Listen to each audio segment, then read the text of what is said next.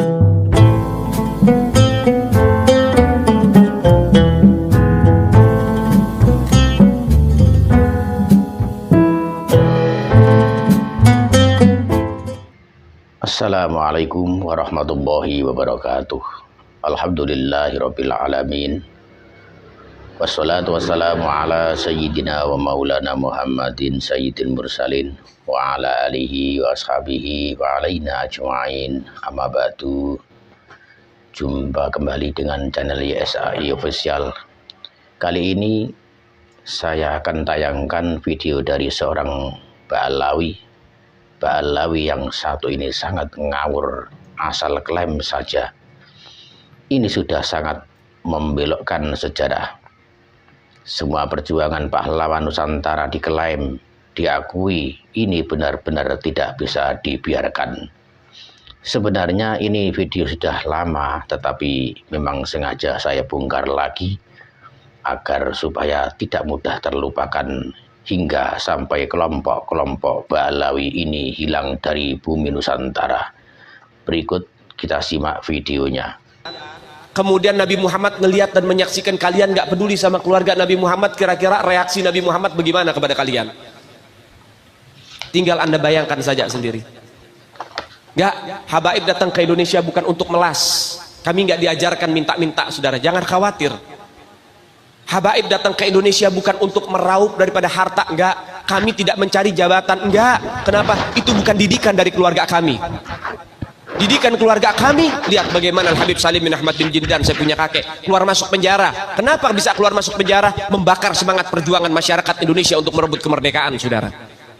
Al-Habib Ali bin Abdurrahman Al-Habsyi Kuitang, beliau yang memfatwakan ketika tanggal 17 Agustus Soekarno membacakan teks proklamasi mendeklarasi daripada kemerdekaan Indonesia. Beliau di hari Jumat itu, ba'da Jumat beliau fatwakan, sekarang saya fatwakan setiap tanggal 17 Agustus wajib pasang bendera merah putih di rumah-rumah kalian. Siapa yang nyuruh? Itu fatwa Habib Ali bin Abdurrahman Al-Habsyi Kuitang. Bendera merah putih, siapa yang memberikan instruksi kepada Bung Karno untuk membuat bendera merah putih sebagai bendera Indonesia? Itu adalah fatwa Al-Habib Idrus bin Salim Al-Jufri Palu Al-Khairat. Lambang negara Garuda, siapa yang buat? Al-Habib Asy-Syarif Hamid Al-Gadri dari Pontianak, keluarga baginda Nabi Muhammad. Lagu 17 Agustus, Pramuka, lagu syukur, siapa yang buat? Al-Habib Husain Al-Mutahhar dari Semarang, dzurriyyah baginda Nabi Muhammad. Jadi Anda jangan berpikir ini habaib. Nah, ini orang kalau mau pindah alam biasanya omongannya ngelantur kemana-mana. Atau memang keturunan Yaman selalu didoktrin kakek-kakeknya begitu ya. Yang tak habis pikir, kok dengan mudahnya mengklaim sejarah apapun diakui. Memang dasar jegek Ba'alawi, tak ada yang punya rasa malu. Indonesia jasanya apa? Banyak. Itu yang baru kecatat, itu yang baru ketahuan. Masih banyak lagi daripada keluarga Nabi Muhammad yang tidak mau masuk buku karena perjuangannya ikhlas karena Allah dan Rasul. Banyak, saudara. Siapa Imam Bonjol? Semua pasti bilang pahlawan, betul apa enggak? Imam Bonjol pahlawan Indonesia bukan? Pahlawan nasional bukan? Sekarang siapa namanya Imam Bonjol? Al-Habib Muhammad Syahabuddin, beliau habaib dari kalangan bin Syahab. Imam Bonjol itu bin Syahab, masih daripada kakeknya Habib Rizik, saudara sekalian. Itu keluarga daripada Nabiuna Muhammad, keturunan Sayyiduna Muhammad. Banyak lagi dari kalangan para dzurriyyat Nabiuna Muhammad sallallahu alaihi wasallam yang jasanya besar di Indonesia, tapi kita nggak ada yang tahu. Kenapa? Karena itu kami nggak cari popularitas, kami nggak cari madah pujian, kami nggak cari tempat kedudukan, yang kami cari ridho Allah dan Rasulnya. Sehingga hal ini perlu diungkap, saudara sekalian. Bagaimana keluarga Nabi Muhammad jasanya besar, dan umat ini harus dihubungkan kembali dan dieratkan kembali kepada keluarga baginda Nabi Muhammad. Ini akhir zaman, kita semua ngelihat kok bagaimana gencar-gencarnya di media sosial apa upaya untuk supaya memisahkan umat Islam dengan keluarga baginda Nabi Muhammad. Upaya keras supaya habaib dibenci ada di Indonesia. Mulai Habib dengan kiai diadu, Habib dengan ustadz diadu. Mulai ada hal-hal semacam itu. Apa? Dendam politik, saudara. Gak keluar dari situ. Karena dendamnya kepada Habib Rizik sehingga akhirnya demikian. Habib Rizik itu siapa? Keluarga Nabi Muhammad, keturunan Nabi Muhammad, cucunya Nabi Muhammad. Beliau bukan penjahat kok, bukan koruptor.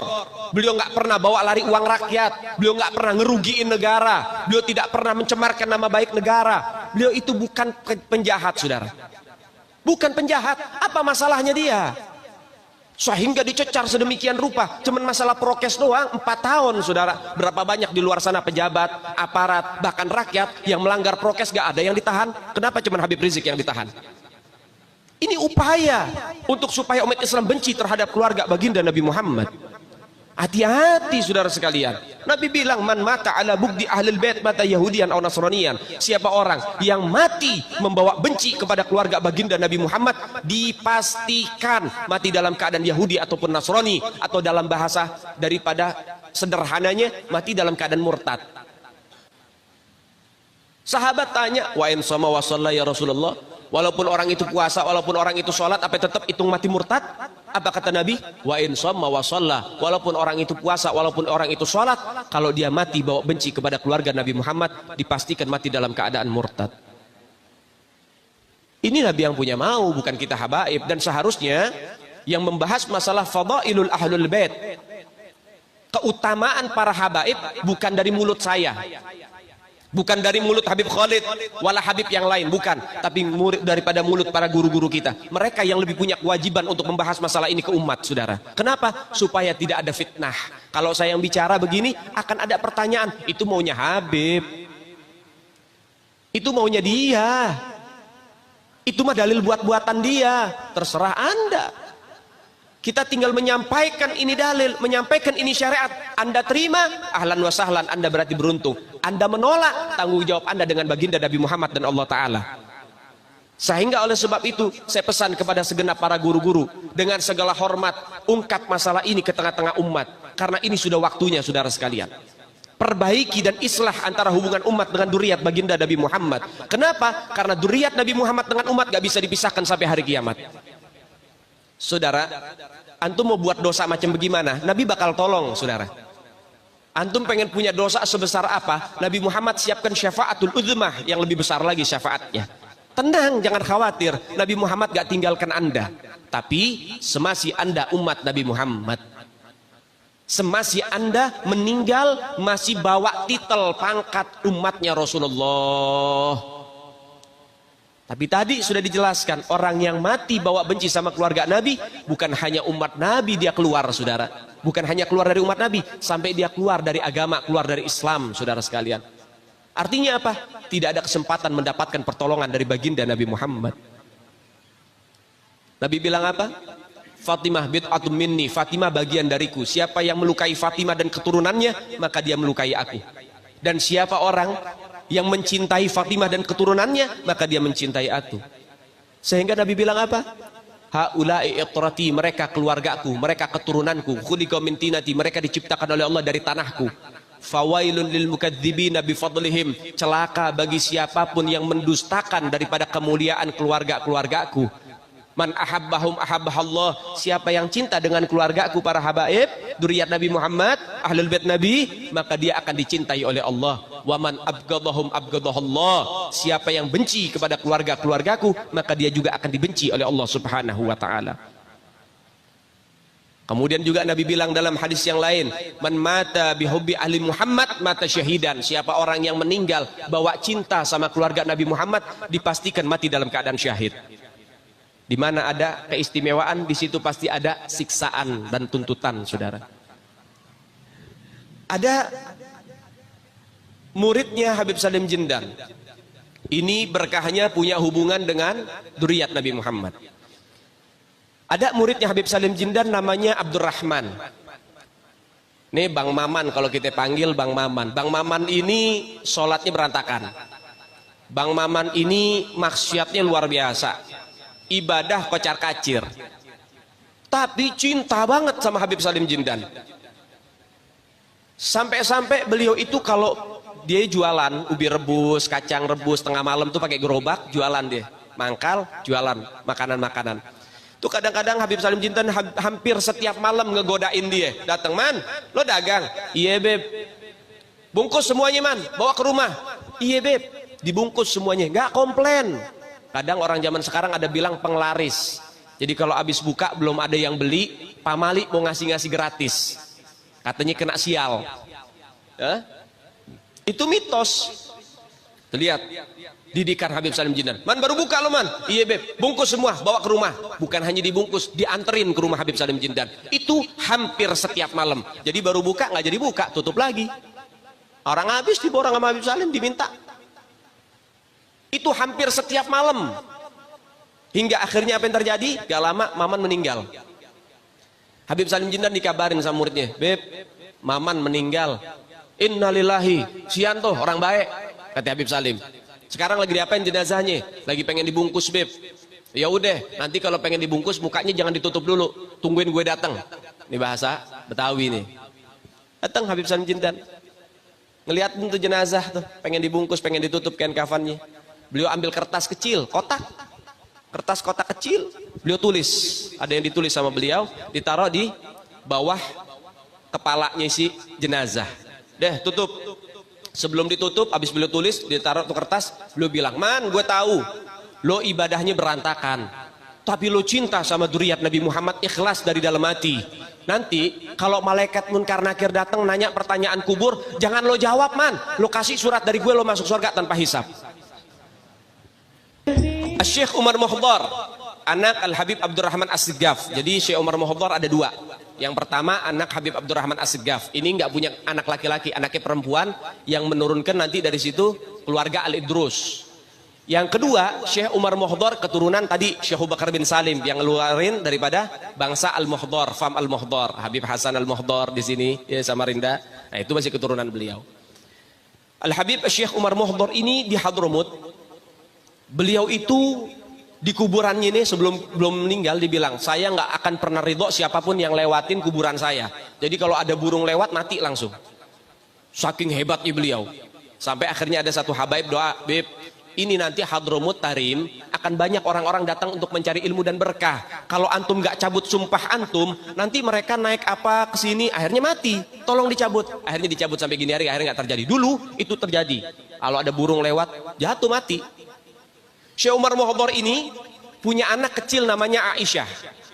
Beliau datang hal, orang wali kalau lagi datang hal bawaannya pengen ibadah. Nah kalau pengen ibadah biasanya kholwat. Kholwat itu menyendiri di kamar sendiri, udah ibadah, wirid, zikir. Tapi hebatnya mereka orang-orang wali, kalau wirid tembok ikut zikir, keluar suara. Paham ente? Tempat duduk, karpet, kayu semua itu keluar suara, zikir bareng sama mereka orang-orang wali. Itu mereka orang wali, orang-orang saleh, kholwat menyendiri. Datang hal, dia bilang sama istrinya, istri, jangan ada siapapun yang masuk kamar kholwat saya ya, saya pengen kholwat. Iya, sudah istrinya masak di dapur. Syekh Umar Mohdar lagi kholwat, lagi baca zikir. Kemudian anaknya masih kecil, masih balita, lari sana, lari sini. Kemudian tiba-tiba robos masuk ke kamar kholwat. Nah orang-orang wali kalau sudah zikir, istighraq, mendarah daging, mendalami sampai lupa apapun, nggak ngelihat apapun. Sehingga ketika beliau kaget ada suara orang masuk, langsung dibilang, mut, mati kamu. Seketika itu anaknya kebakar, mati langsung. Sadar daripada Syekh Umar Mohdar, waduh, anak saya meninggal ini. Dipanggil istrinya dimarahin, ana udah bilang, jagain. Kenapa kamu lepasin begini, nangis itu ibu. Kemudian tiba-tiba berhenti, ntar dulu. Kita punya pembantu, sini pembantu dipanggil, sini pembantu, khadamah sini pembantu. Ibu, kenapa? Mulai kapan kamu berani berbohong? Kamu ini ikut sama keluarganya Rasulullah. Kamu ini pembantunya keluarga Nabi Muhammad. Mulai kapan kamu berani berbohong? Maksudnya bu, dari semenjak anak ini lahir, kamu suka gendong. Ya kalau bahasa kita dininak boboin. Jadi kalau lagi digendong dibacain, dinyanyiin lagu. Apa lagunya? Ya bintul gutub, ya zaujatul gutub, ya ummul gutub. Wahai putri dari seorang gutub, wahai istri dari seorang gutub, wahai ibu dari seorang gutub. Maksudnya bu, ya kamu bohong, ini anak masih balita. Kalau kamu katakan bintul gutub, putri dari seorang gutub, betul, ayahnya gutub. Tapi kamu mengatakan, ya zaujatul gutub, wahai istri seorang gutub, ini anak belum menikah, belum jadi istri, tapi sudah meninggal dunia. Berarti itu menjadi kebohongan buat kamu. Sampai begitu didikannya saudara. Sampai itu dicap bohong. Apa kata pembantunya? Enggak bu, saya enggak bohong. Itu diambil jenazahnya, diindung-indung lagi, dibacain lagi. Ya bintul gutub, ya zaujatul gutub, ya ummul gutub. Itu anak langsung bergerak, berdiri, langsung lari-lari lagi. Hidup lagi itu anak. Ini baru pembantu nih. Kata Syekh Umar Mohdhar, kamu mau ngelawan takdir, anak mati kamu hidupin. Apa kata pembantunya? Enggak tuan, yang ngelawan takdir duluan kan tuan. Anak hidup dimatiin. Dia taslim. Nyerah satu sama, ya udah berarti memang udah takdirnya. Kan tadi hidup, kemudian mati, ya, kemudian sama pembantunya dihidupin lagi. Tuh lihat, makanya Nabi bilang apa? Ummati kal anbiya bani Israel. Umat. Demikian saudara-saudaraku, mudah-mudahan atas tayangan video ini kita tetap waspada, jangan sampai kena provokator orang-orang keturunan cekek zaman ini. Sekian, billahi taufik wal hidayah. Wassalamualaikum warahmatullahi wabarakatuh.